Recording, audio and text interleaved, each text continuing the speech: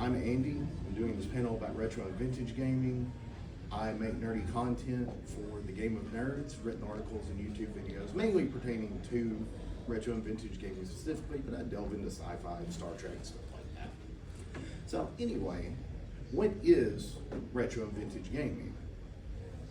Retro is more of a colloquial term now, but it's actually divided up. Retro gaming can just be playing any game on any system, any old game. Play Mario Brothers on your Switch with Nintendo Online. It's retro gaming. Vintage gaming is really when you go buy the consoles, buy the TV, get a CRT, hook everything up, play it the way it's supposed to be played. Some people are purists and, oh, you have to play on a CRT, you have to have an NES, you have to have a Super Nintendo. No, if you want to go that route, it can be inexpensive, it can be expensive, but that is a good route to go. I went that route, but really, it's just about playing games that you love. I've been playing retro games for a long time. I was born in 1986. I remember when the Nintendo came out. I remember when the Super Nintendo came out. I remember when the first remasters came out. Mega Man, The Wily Wars, and Super Mario Brothers All-Stars. And I just thought that was just hot shit. That they remade Mario 1 through 3 and put them on the Super Nintendo. And then later they added Mario World to it, but that's all. Retro gaming really picked up in the early 2000s with emulation when the internet became more accessible to pretty much the common household. I remember when SNES 9X and Z SNES came out, and the first ROM hacks and the first fan translations were coming out for mostly JRPGs, Bahamut Lagoon, Final Fantasy V, stuff that just never came over here that they didn't think we were really going to enjoy. And some of the translations were good, some of them weren't. It's really just, kind of a cup of tea kind of thing. Excuse me. But it was a hell of a time back then because you didn't have as easy access to information about these things as you do now. Now you can just take your phone out or just jump on a computer and just Google the ROM if you want to find it, or just look up a Wikipedia article, anything. But back then, everything was in Japan. Pokemon Green, for example. A lot of Pokemon fans in here, I'm sure. Everything was on Pokemon Green because all we got was Red and Blue, even though they're the same game. They're all three the same game. But back then, everything was mysterious and hidden. And it honestly added a flavor just to the entire niche of retro gaming that you didn't know exactly what was out there. It was sort of like you were looking for buried treasure, really. And sometimes you struck gold, and sometimes you just, got duds. But much like now, back then, the fun's still in the hunt of trying to find it.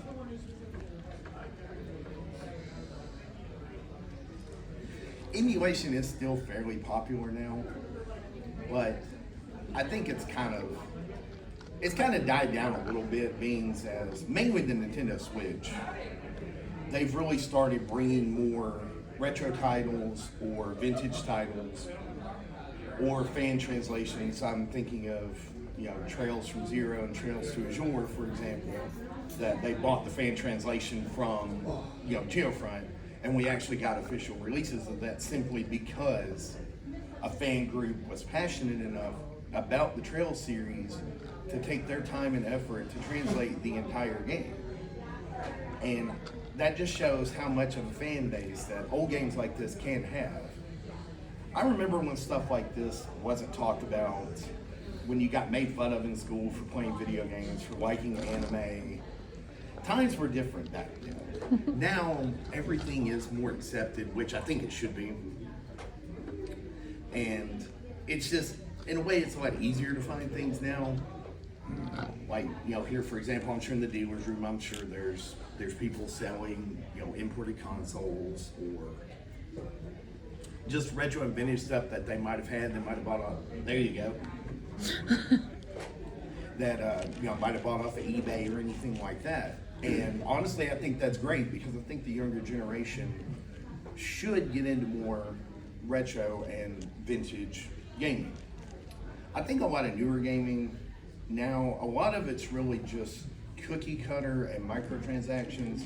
You know, the first things that come to mind to me are like Call of Duty, where it's the same game every single year over and over again.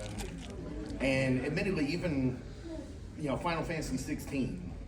Comparing Final Fantasy and Dragon Quest as game series, I think Square phones it in a lot with Final Fantasy. I'm not trying to irritate anybody if somebody in here likes 16.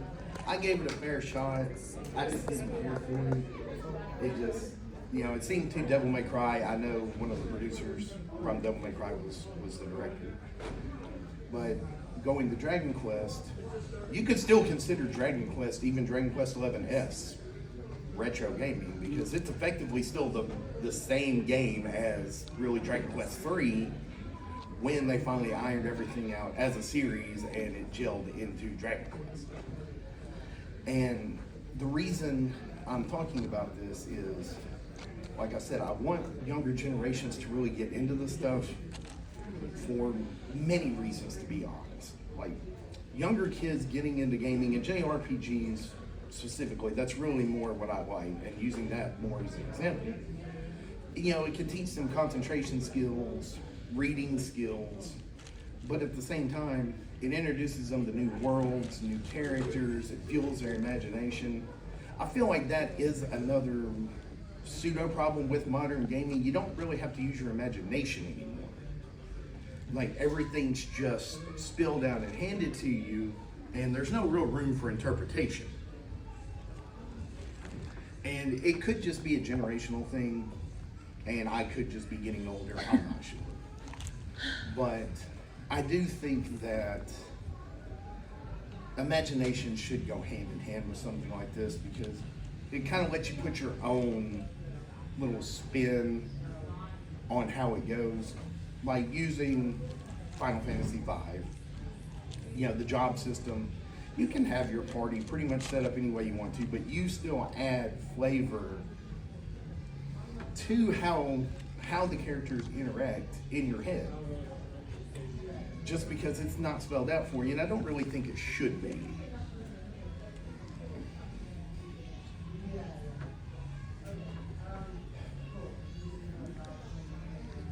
Apologize, I'm segueing into my next topic. Like I said earlier, retro gaming has really come forward since the earlier 2000s. And at a convention like this, it would be easy to see how. I haven't been over yet, but I'm sure in the gaming area there's Smash Brothers set up. I'm sure there's Mario Kart. I would throw Guitar Hero into retro and vintage gaming. That's, off the top of my head, those are the three I can think of. And they're still wildly popular. Watching video game tournaments, when I would watch Evo, stuff like that, they still played Super Smash Brothers Melee.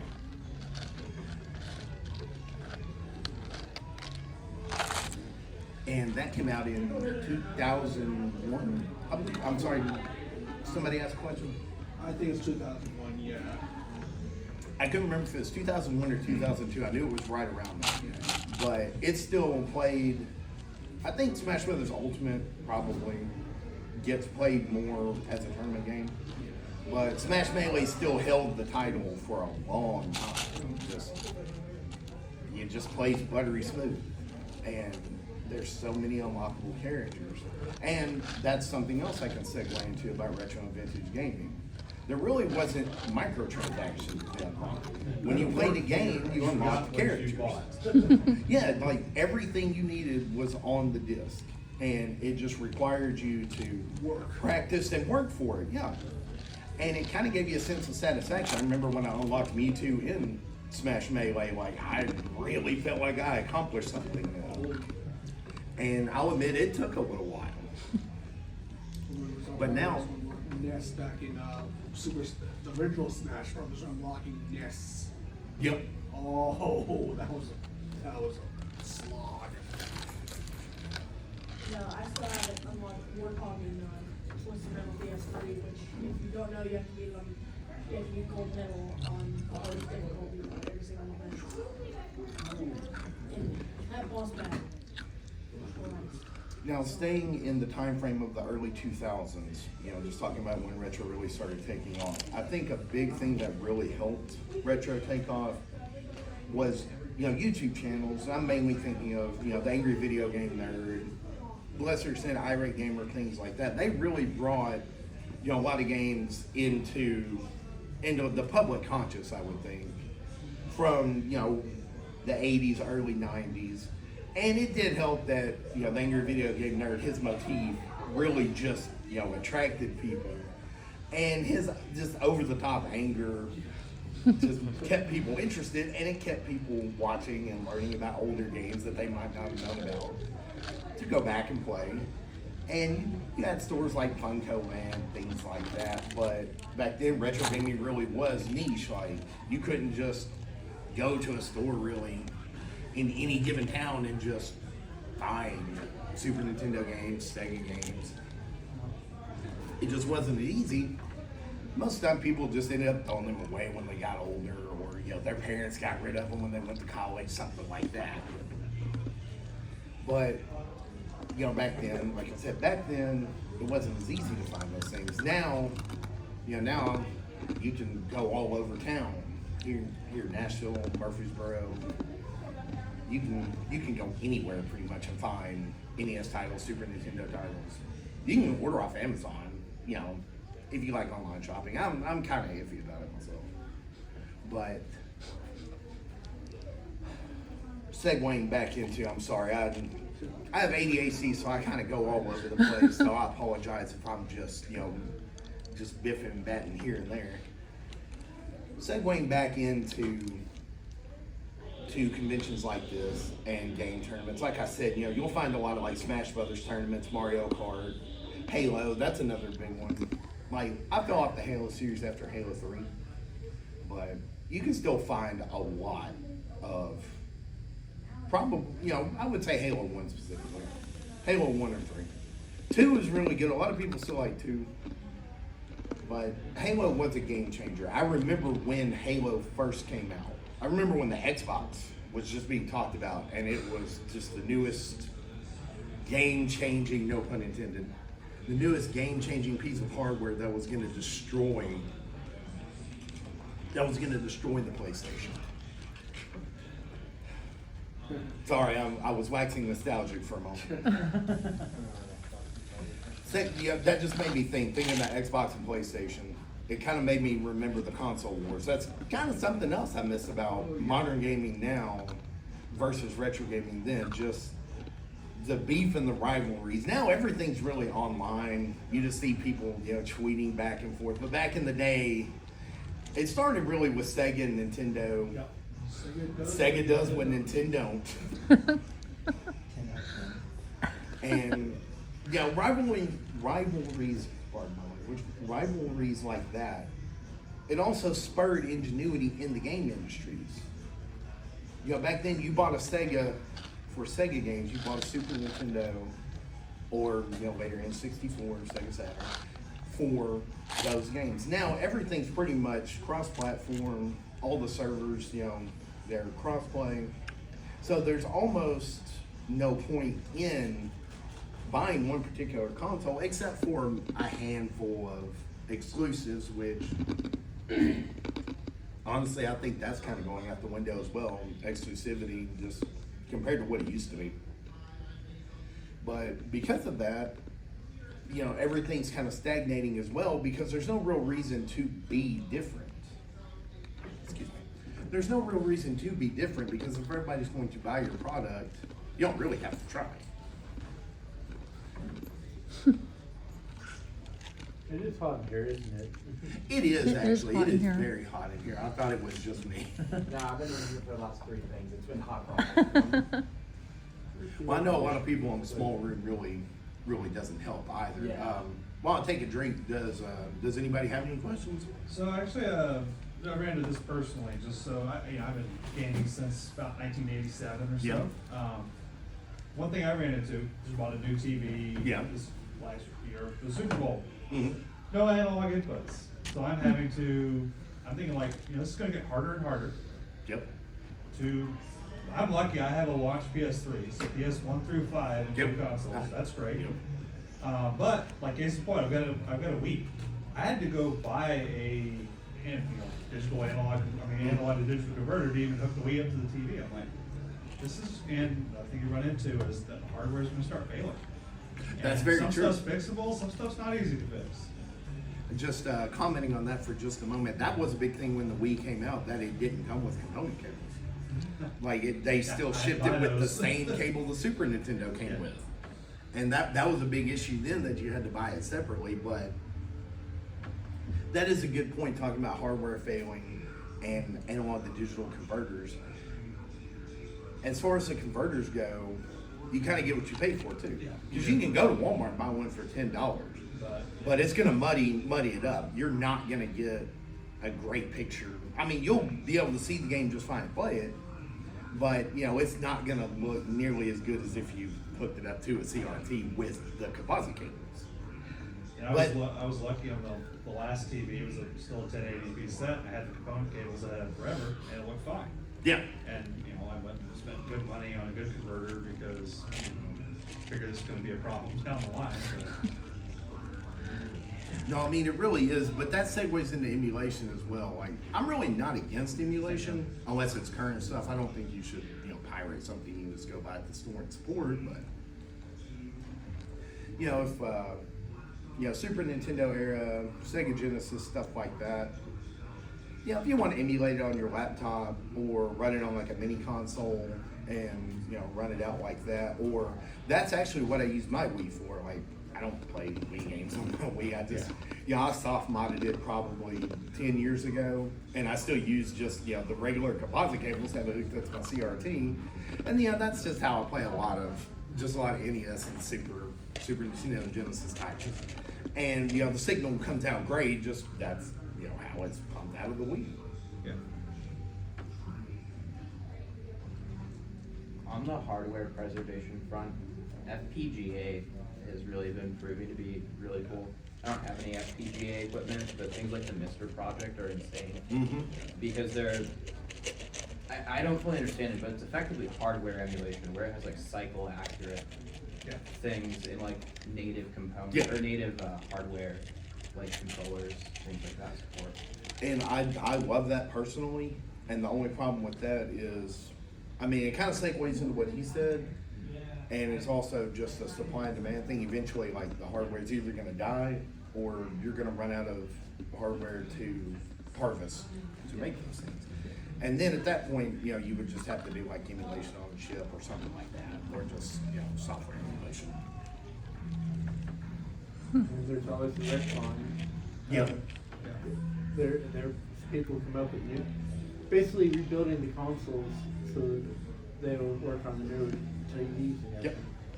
everything. And I'm all for that. I'm all for ingenuity and anything that really propels the genre forward. To be honest, like, I love that. Retron. I know when the 5 came out, there was a lot of debate about it, and I didn't really get into it. I'm just kind of glad that we keep getting stuff to play on your games in the way that they're supposed to be played. Excuse me.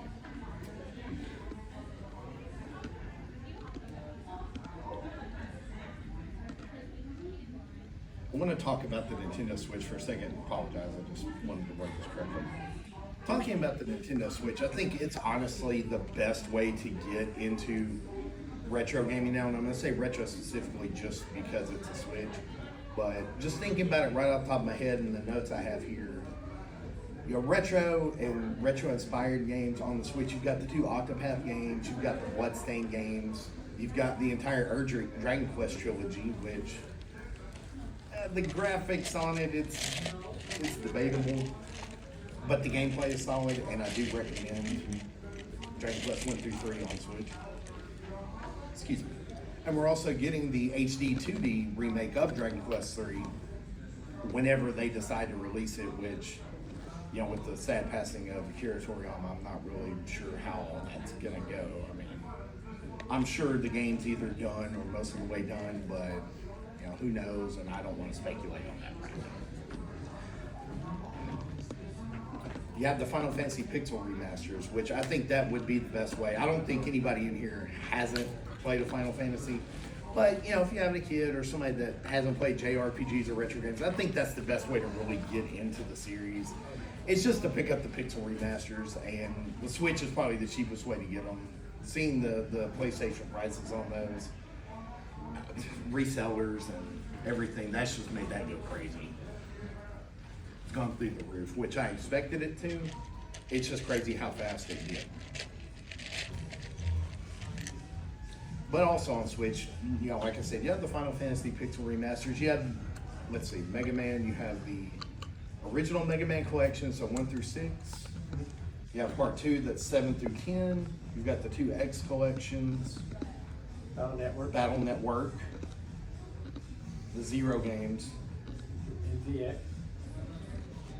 The Zero and ZX. Yep. All together. Yeah. I feel like I'm missing one. They have not done Legends. No, I wish they would though. That's honestly, yeah, I feel like I'm in a small camp on this, but I think Mega Man Legends is probably my favorite Mega Man game.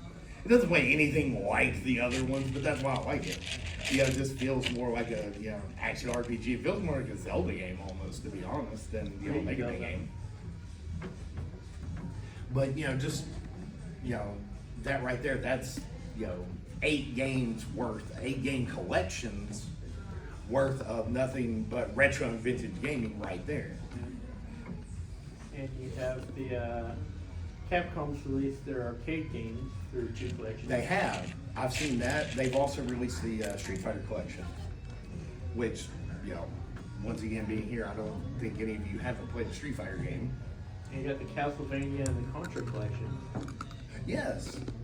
And the Castlevania Advance collection too. That they actually Yeah. they actually shipped them out. I can't remember who was shipping them out, but they have like different covers for each game for the Castlevania Advance collection. That's cool. I actually didn't know that. Yeah, I saw it the other day. I was like, that's sick. See, that's more stuff that needs to be done as well. Just talking about that.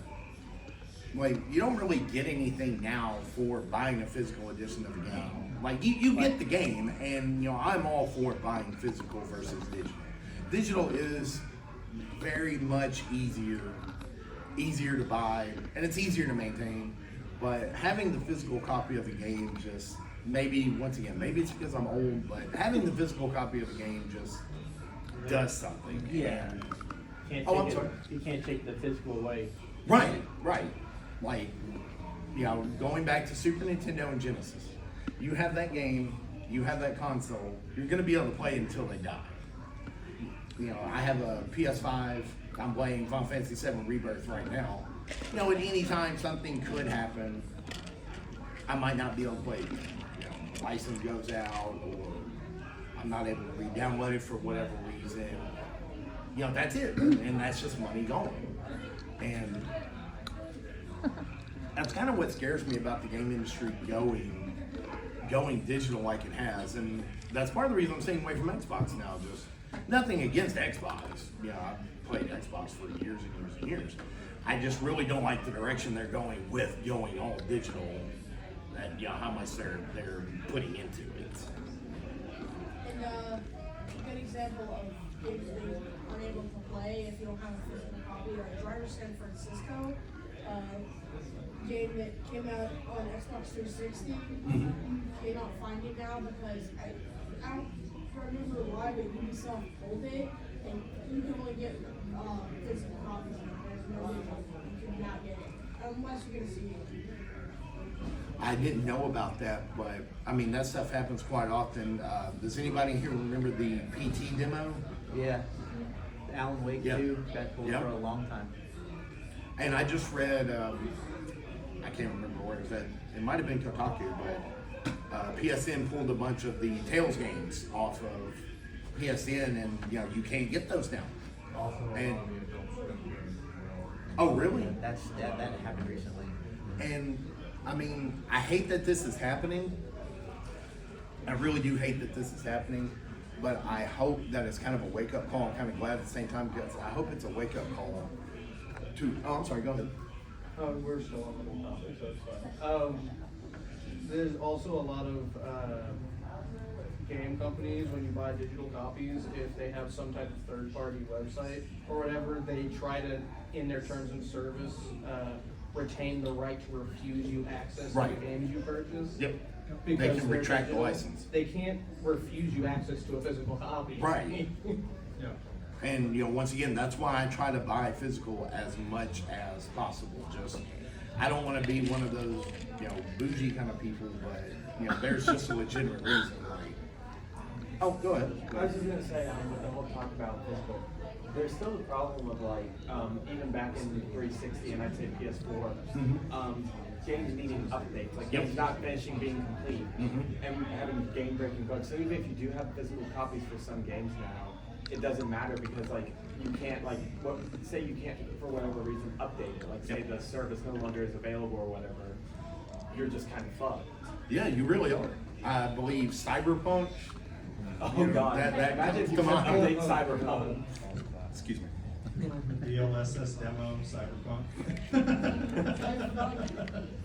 But the problem with the DS now, because they discontinued their online stuff, so you can't update DS games anymore. They're already not doing updates on Cyberpunk on PC as far as I know. I think it's getting more, that's it. To be fair, it's playable now. I mean, it's playable now, but that's another thing too, is like, oh goodness gracious, graphics requirements for, like, that's pricing people out of that. But that's a whole other topic. Talking about this kind of segues back into ingenuity and inventing this that I was talking about earlier. Now it's perfectly acceptable to ship an unfinished product. You know, it happened back in the day sometimes, but now it's more. It feels like it's almost just industry standard now. Just okay, this is the release date. We're gonna ship everything. We're gonna have it printed. We're gonna have it shipped out and in the stores. You know, a week before it's supposed to drop or however it goes. And whatever's not done on it, you know, we'll just do a day one patch or we'll just patch it out throughout time to make it the product that we want. And honestly, it's just lazy. Like, I can't really think of another term for it. It's just, you know, lazy. You're putting out an unfinished product and you're expecting people now games are $70. And you're wanting people to pay $70 for an unfinished product. I don't really feel like that's good customer support or good customer relations, being honest. But I think that's why, Baldur's Gate did so well, because they actually like finished the game, and there's like, they don't have to put DLC out because they put everything in the game, and it wasn't even. It was like $40. Yeah, when it came was like a few patches that were like small, Like tiny to little fix quality of like life. little But, random things. You have to play version 1.0 and still Yeah. enjoy the game completely. Yeah, and then not only like word of mouth also really helped too, because everybody that played it was like, oh yeah, you gotta try this out, and you don't have to download a day one patch or anything like that. Like, it's the complete game is there, and you don't have to do anything. It's kind of funny And too, so- because sorry. Yeah, no, you're good. You're good. No, you're Most good. of their patches are just fixing exploits. Yeah, like stuff that just like slipped through the cracks. That obviously, like, they spent tons of time making that game. And retro games have that all the time. Yeah. There's so many exploits in like older games. Oh yeah. Segueing back into Mega Man, just think about exploits. I mean, just right off the top of my head, you know, I happen to see Mega Man in my notes. You can exploit the hell out of pretty much any of the first 6 or the X games. But I mean, it's kind of like Bethesda games. I was also thinking about, you know, shipping unfinished products and things like that. And, you know, Skyrim specifically comes to mind. But at least with those, they're fun bugs. They're charming. They're part of the allure. Yeah, you kind of expect it from Bethesda. Yeah. But with retro games, there is some charm to like the exploits, Yeah. because they were minimal, but then it's like, all right, I get to take advantage of this forever. It's just there. In a way, I think it kind of added to the flavor of the Yeah. game. Because they were minimal, but Yeah, usually there wasn't too many game-breaking bugs. So usually, yeah, it just made it more fun, or it might make it easier to replay it through, or something like that. But yeah, usually there wasn't any like game-breaking. Well, I mean, you can write code in Mario World and access the debug menu and beat the game in like 2 minutes.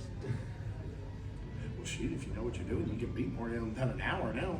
I mean, I'm being a little liberal with that, I think, but Mario 64, Super Mario 64. I'm sorry, what about Mario 64? Specifically? I was thinking about exploits and my friend. Oh, yeah. I thought you guys were talking about Super Mario 64. Oh, Mario Super World. Mario World. Sorry. 64, and then there's Super Mario Kart 64. Oh, God. Don't even get me started on the amount of exploits in that game. You alright? Once again, I'm waning nostalgic just talking about Mario Kart 64, and it just, I remember when all these games came out. I remember the hype. I remember the commercials, and Oh, yeah. just for a split second, just everything comes back, and I apologize. The commercials were amazing back in the day. The It feels Super some Smash Bros. modern commercial. commercials lack anything that adds to the game. It doesn't make me want to buy them. Just Most commercials don't even show game footage. Yeah. Most of the time, it's just, and it's not even a pre-rendered video from the game. It's just made for the commercial. You don't actually see the game. Well, sometimes you don't really need game footage to sell the game. No, that's true. The Super Famicom version of Link to the Past. Oh yeah. The whole huge dance number. I wish, and segueing into box art, I'm going to throw box art into this as well. I really enjoyed retro gaming Japanese commercials. Just, gosh, they put so much effort and just production value and just charm and panache into their commercials. And a lot of times, like you said, a lot of times didn't show a second of game footage, but it still made you want to go buy the game, or at least make you want to go read about the game. And that sort of makes me think about box art, just US box art versus mainly Japanese. I'm just gonna say Japanese, even though it's really everywhere but here. Just box art, we just get the plainest. I'm sorry, I can't read what it is. The Blue Crystal. Didn't know if you wanted to. But see, this is what I'm talking about. This, like Japanese box art, a lot of times it was made by, the graphic designer or the artist that just made the sprites for the game or made the artwork for the game. So a lot of times you just got like a professional level painting as box art. But over here in the States, we would just get like, I can't think of the name of the NES game. It's an NES game, and it's an action game. It's like an action hack and slash, and pretty much just has Fabio on the cover, and it's just like a Wizard Warrior Rambo? 2 Iron Sword. and it's just pretty much just Fabio just standing there with a sword. And like, how is that box art or Mega Man 1? Yeah. I know everybody knows that box art Mega Man. Weird. You could throw Mega Man 2 in there, but I always liked Mega Man 2's box art. Where it's like with guys each type. sequential game, it did Got get better. better and better. I mean, Yeah. Contra. It's not to fall much further down than they did on the first one. Yeah, the second one. I mean, they're in If you type. start at the bottom, they can only go. I mean, it could be worse. Could be a European version. You ever seen that one? Find photos. I'm going to segue back into what we were talking about, digital versus physical retro gaming, for just a moment. And I know you all know about this. It's just something Nintendo specifically does that irritates me. Artificial scarcity. That's why now I just pretty much any Switch game, like they're only gonna print maybe 25% of what they expect to actually sell. And that's why any Switch game that I'm even halfway interested in, I will just snatch it out. Just, they do artificial scarcity, but then that plays into digital versus physical. So I'm probably gonna have to buy a digital version if I don't immediately buy it, but then the license can get, taken up at any time, and boom, I'm out of money. And that's one of the very few things that I don't like that Nintendo does. And they've done that since I know at least the Super Nintendo over here. Most likely they did it with NES, I was just too young to remember them, but they just print a very small percentage, or manufacture just a very small percentage of what they think they might actually need. And from supply and demand, I get it, but just as a consumer, I think it fucking sucks, just for the record. Because, you want a game, or you want a console, you want to go be able to buy it. And if you don't get it within the first week, unless using Nintendo Switch, unless it's a Mario or a Zelda title, you're probably not going to be able to find it very easily after maybe a month or so. And it's just something I don't like. It's something that irks me, and it always has. And just I really wish they would stop doing it. I'm not sure if I've actually seen Mega Man Mario Wonder yet. It's You know, actually, I don't think I've seen a physical version of that either. Just thinking about it. I bought mine online, just a random deal.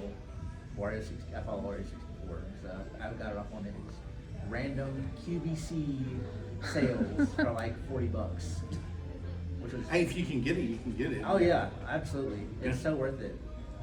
But it also like the artificial scarcity thing was like I didn't know that they ported Super Mario All Stars from the Super Nintendo on the Wii on a disc. Oh, there was a big. And thing I did not know Mario about that. Stars came to Wii. But I did not know about that. But then I do remember the Super Mario 3D All Stars Yep. kerfuffle. That was stupid. That was actually the first game that made me start what I just said about buying physical versus digital and snatching it up. Yeah, because they actually came out and just said, we're only going to sell this like this for this amount of time. And you know what's funny is that they didn't. They continued to they continued to sell it, and they still have copies out there that are like just randomly in stores. And it's like this was supposed to be gone 2 years ago. I think that's probably more on the store. Yeah. Because I mean, you can't put it all on the retail chain. Because I'm sure Nintendo probably still has very strict return policies Yeah. about selling through and selling out. But you could also throw it on the store for just not cycling their inventory as well. Which if you're looking for something, that can be advantageous for you. Oh yeah. What about limited run digital games like Mario 35? I haven't really got much into those. I know yeah. I know there's Mario 35. I know They did- there's a Tetris one. Was it Tetris 99? Tetris 99 is Yeah. still they It's still still do that. around. That's still around, but it was that 35 was just for the anniversary. Yeah. But Tetris 99 is a battle royale, so it's kind of stupid. I'll be honest, just that kind of stuff I never really got into. Tetris 99 is so fun. It's actually really fun because you play against 98 other people. And I mean, honestly, on principle, it sounds fun. Even though I'm not a huge Tetris fan, just doing that just Yeah, kind of 'cause sounds fun. It does because like once you get up to like the last 10 people, you're like fighting for you're fighting for your life and your thumbs. That's honestly another point I wanted to bring up. Thank you. That is another point I wanted to bring up about modern gaming versus retro and vintage gaming. Everything's competitive now. Like pretty much any new title that you'll see any kind of real advertisement for, it's either battle royale or it's like a Call of Duty Battlefield type game. And gaming's supposed to just be fun. Like you just want to have fun, and in the case of what we're talking about specifically, you just want to look at really nice pixel art and either relive the days or just think about what it would have been like to be in those days. But now everything's just last man standing, or Buy these skins. buy these skins, buy these cars using Rocket League, buy the season pass, and it takes the fun out of it. Like it makes it a job, and gaming shouldn't be a job; it should just be fun. Achievements. Yes. And on principle, I'm not against trophies and achievements, but once again, it does go into being a job and being a chore, because they'll put ones in there intentionally where you might have to replay the game 2 or 3 times just to do like one thing, like with Persona, replay through it to get everybody's key item at the end of the game when you max out their using Persona 5, max out their confidant levels or their social leagues. And you just have to play through 100 and something plus hour game over and over again just to get those few items. And as much as you might love any game, there's no way that can be fun. And once again, gaming should just be fun. It should just be something you want to do to have fun in your free time. Play Mario, play Mega Man, play Final Fantasy. It shouldn't be a job. It shouldn't be a chore.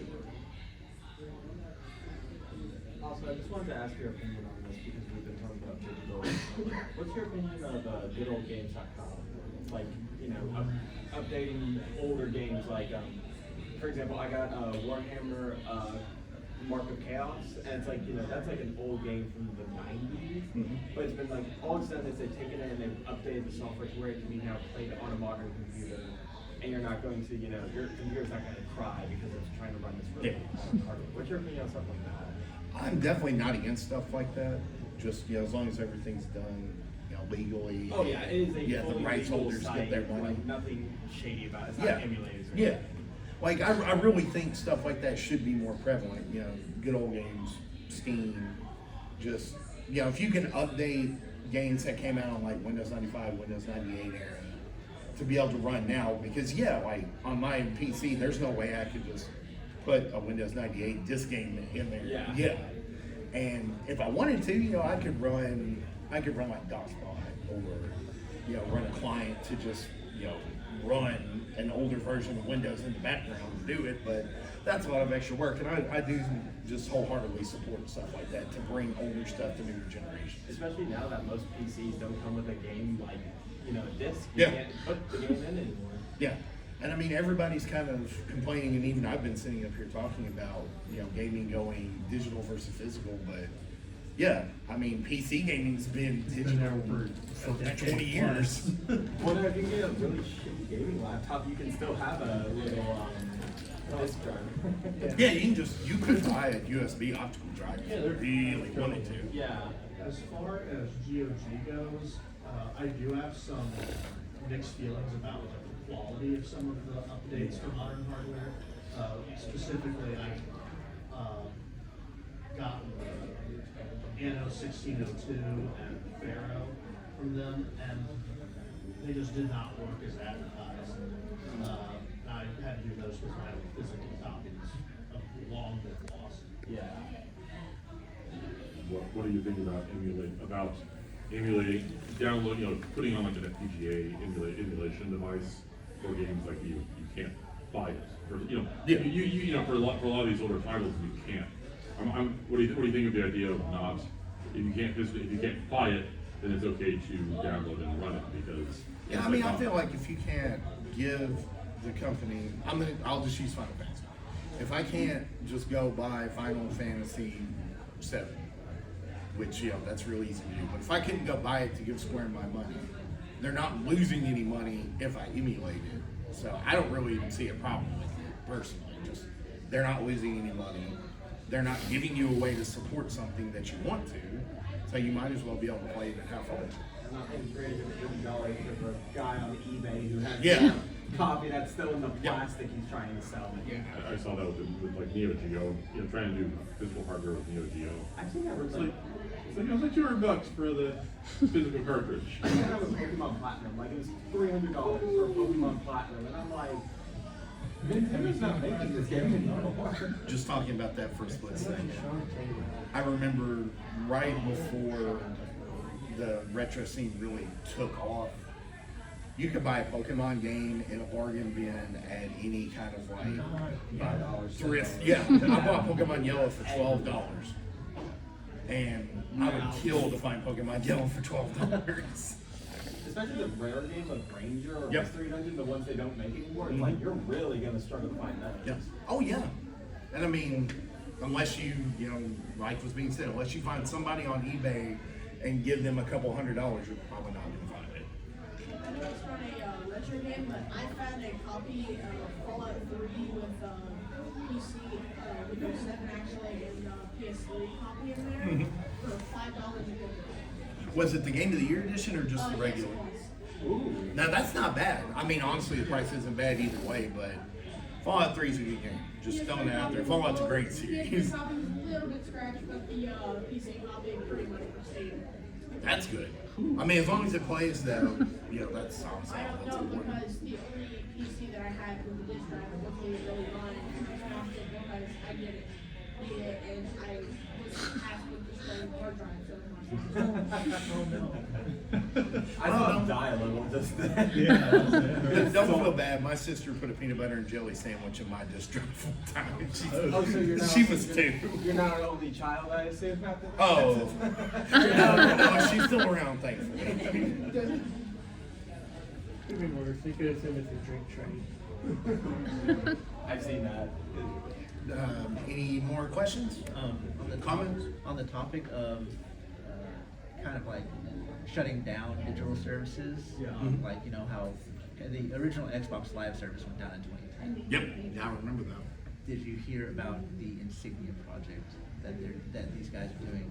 No. They have brought back like the original Xbox Live infrastructure Mhm. for like right now. I think they have 176 games online So- that you can matchmake in. Well, is it kind of like X-Wing Kai, just I guess in a bigger scale? I think so, but it's actually it actually just mimics Xbox Live as it was 20 years ago. Does it mimic the voice chat or anything? Or is Yeah, it just yeah, you can Oh, voice that's chat, awesome. but it's for right. I think right now they only have it running on the original Xbox. Yeah. So you'd have to play with the OG Xbox controller, but it Play with the Duke. if you're crazy, you can use the Duke. But like another thing about like digital things, like in Halo 2, they had the map pack that came, Mhm. and they had Yeah. that. They put that out on a disc. I remember that too.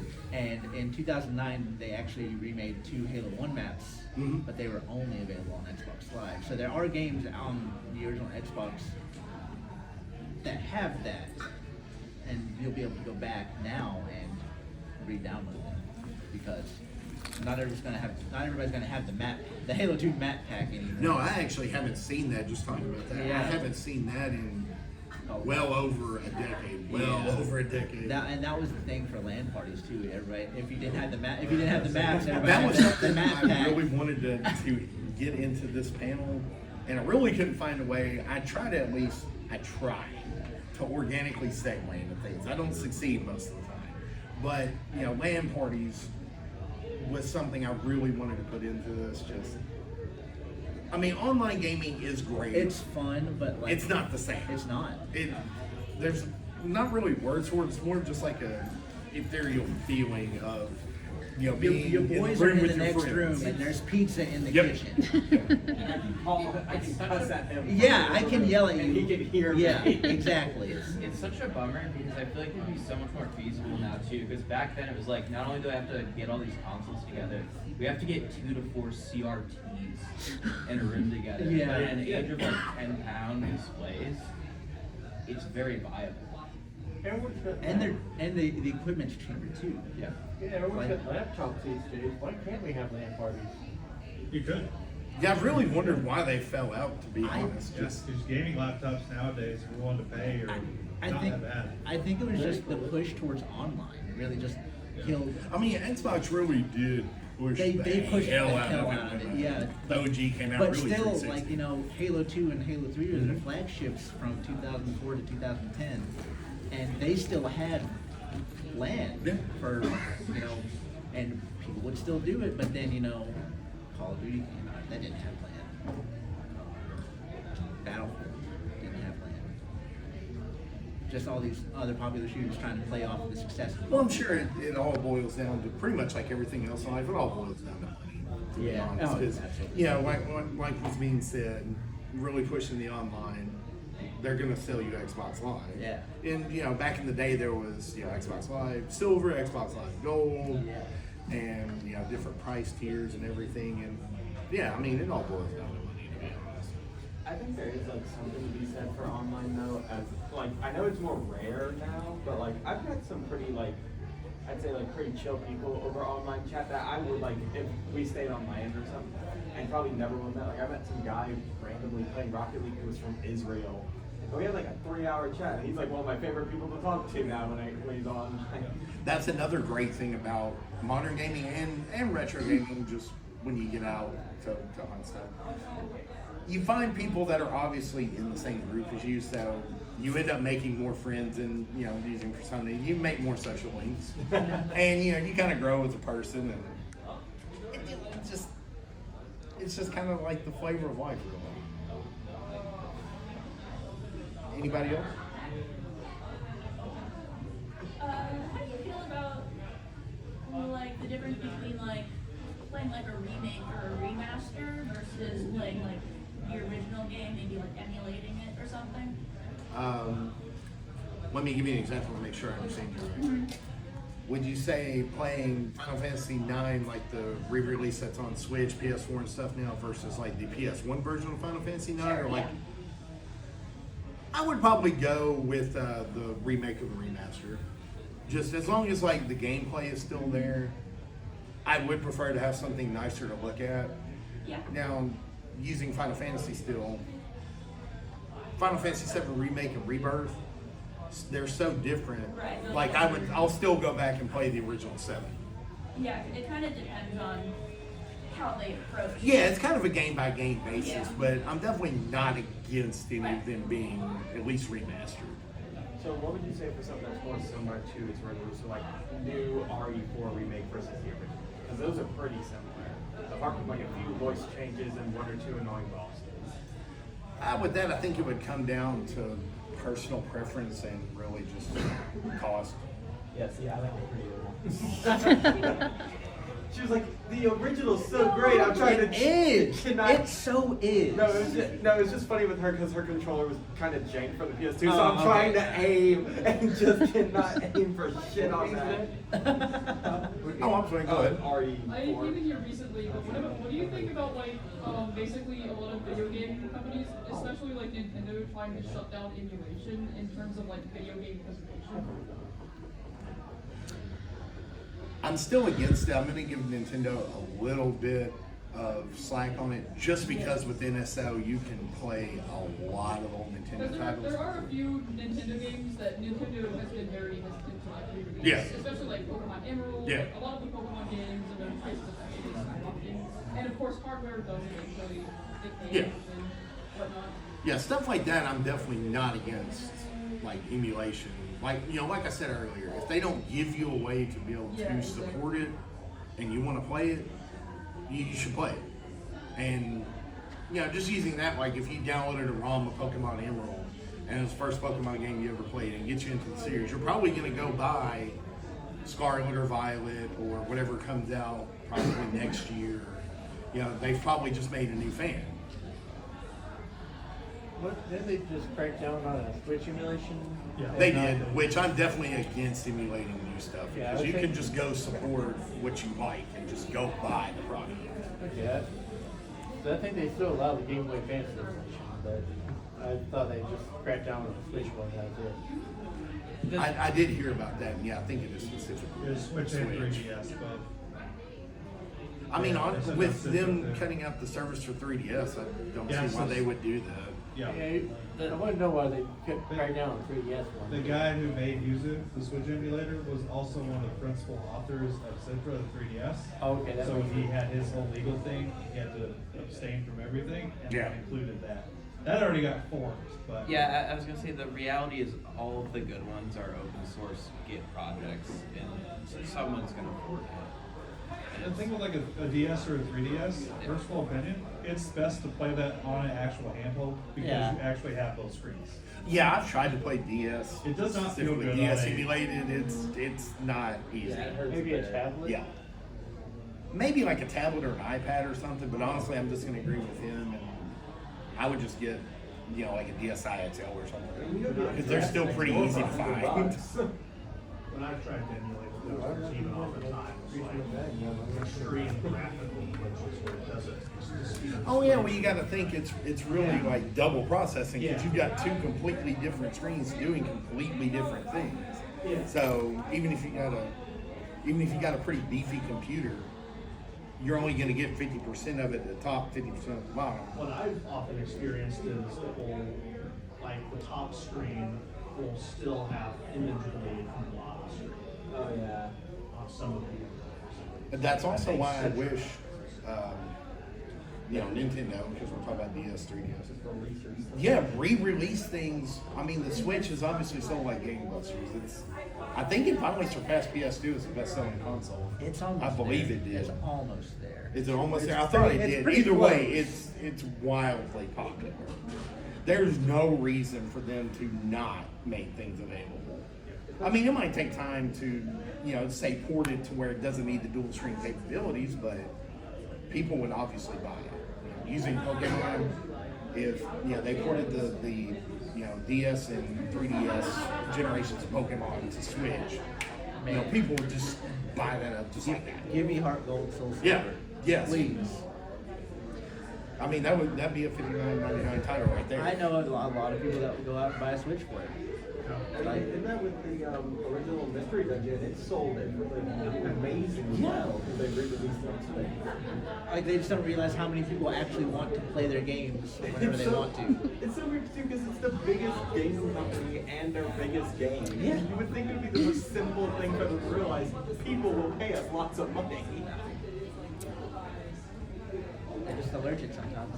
The one good thing I can take away from all of that though, and it pretty much just ties into fans and stuff like that. We finally did get, you know, Trails from Zero and Trails to Azure because, you know, the GeoFront fan group just took their time and for no money just translated the entire games just to be able to play them. And, you know, Nintendo ended up buying it, and thankfully, you know, we got it on Switch and PS4, PS5. Any other questions? Well, I just want to say thank you guys for coming to listen to me ramble about old games. I hope I entertained you for a little while. I enjoyed the conversation.